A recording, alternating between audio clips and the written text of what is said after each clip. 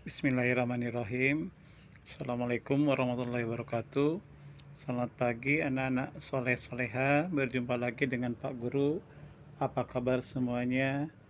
Pada kesempatan kali ini Pak Guru akan memberikan materi mata pelajaran IPA.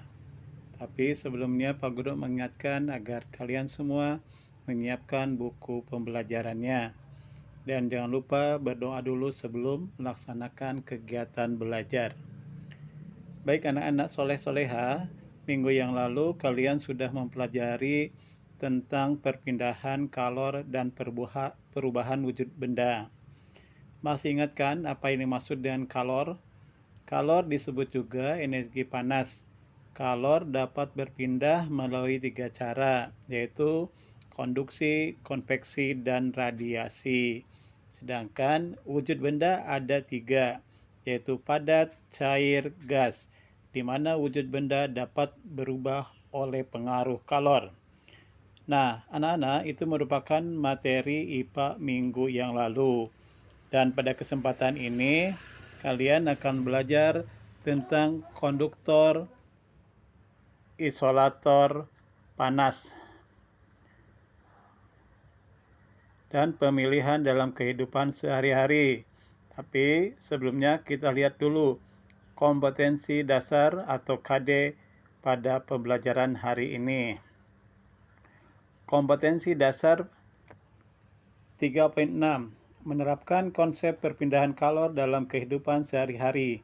3.7 menganalisis pengaruh kalor terhadap perubahan suhu dan wujud benda dalam kehidupan sehari-hari. Nah, untuk tujuan pembelajaran pada kali ini, yang pertama menjelaskan perpindahan kalor dalam kehidupan sehari-hari, dan yang kedua menjelaskan pengaruh kalor terhadap perubahan suhu dan wujud benda dalam kehidupan sehari-hari.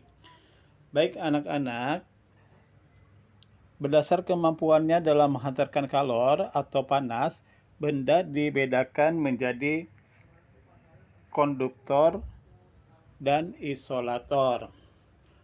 Konduktor panas adalah benda yang bisa menghantarkan panas dengan baik atau dengan cepat. Benda-benda yang digolongkan ke dalam konduktor adalah semua benda yang cepat menghantarkan panas dengan baik. Contohnya ada logam besi, baja, seng, tembaga, dan aluminium. Tidak hanya logam, ada juga benda lain yang dapat bersifat sebagai konduktor seperti kaca, air, udara, dan angin. Saat konduktor dipanaskan, maka atom-atom penyusun konduktor akan bergerak dengan lebih cepat. Atom merupakan bagian terkecil dari suatu benda. Semakin cepat atom bergerak, maka penghantaran panas juga akan semakin cepat. Pergerakan atom-atom ini juga mengakibatkan volume benda semakin bertambah. Nah, yang selanjutnya adalah isolator panas. Isolator panas adalah benda-benda yang tidak bisa menghantarkan panas dengan baik atau dengan cepat. Isolator merupakan benda-benda yang dapat menghambat perpindahan panas. Benda-benda yang termasuk isolator antara lain benda yang berbahan serat kain, karet, plastik, dan kayu. Benda-benda tersebut lambat dalam menghantarkan panas. Oleh karena itu, isolator disebut juga sebagai benda penghantar panas yang buruk. Isolator panas dimanfaatkan pada alat-alat rumah tangga, misalnya pegangan wajan atau panci yang dibuat dari kayu atau plastik. Anak-anak, soleh-soleha, benda-benda yang bersifat konduktor dan isolator banyak dimanfaatkan dalam kehidupan sehari-hari. Benda-benda tersebut biasanya digunakan dalam kebutuhan rumah tangga, industri, dan peralatan masak. Beberapa contoh benda yang memanfaatkan konduktor dan isolator panas.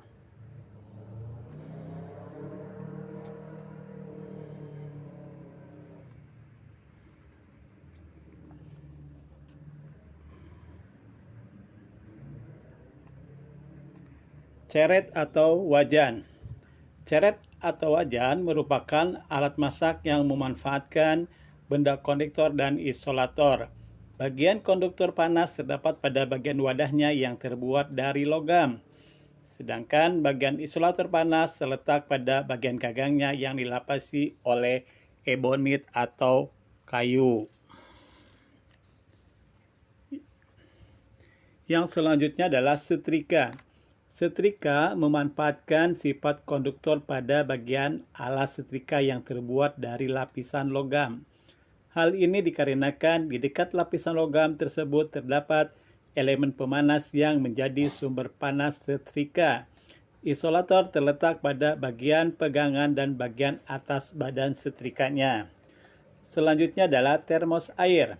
Termos air biasa digunakan untuk menyimpan air panas. Termos dirancang dengan menggunakan sifat konduktor dan isolator panas. Air yang terdapat di dalam termos akan tetap panas karena energi panas tidak dapat merambat keluar. Dinding termos terdiri atas dua lapisan bahan.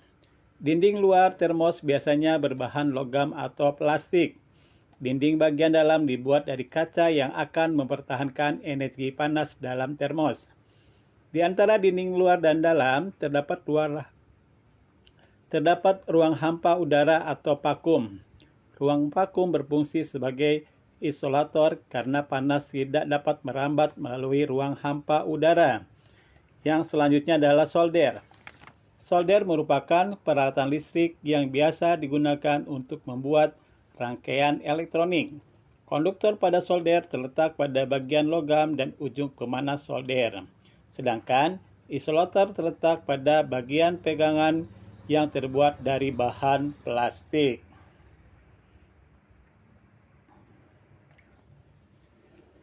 Nah, anak-anak, barusan kalian sudah belajar tentang konduktor dan isolator panas.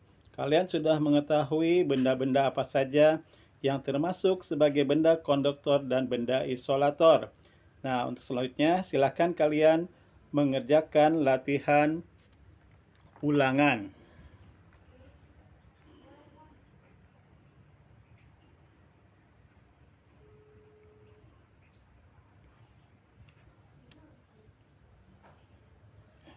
Baik. Nah, itu adalah untuk latihan dan tugas ya, yang dikerjakan hari ini dan dikerjakan tugas atau PR. Silakan anak semua untuk dikerjakan.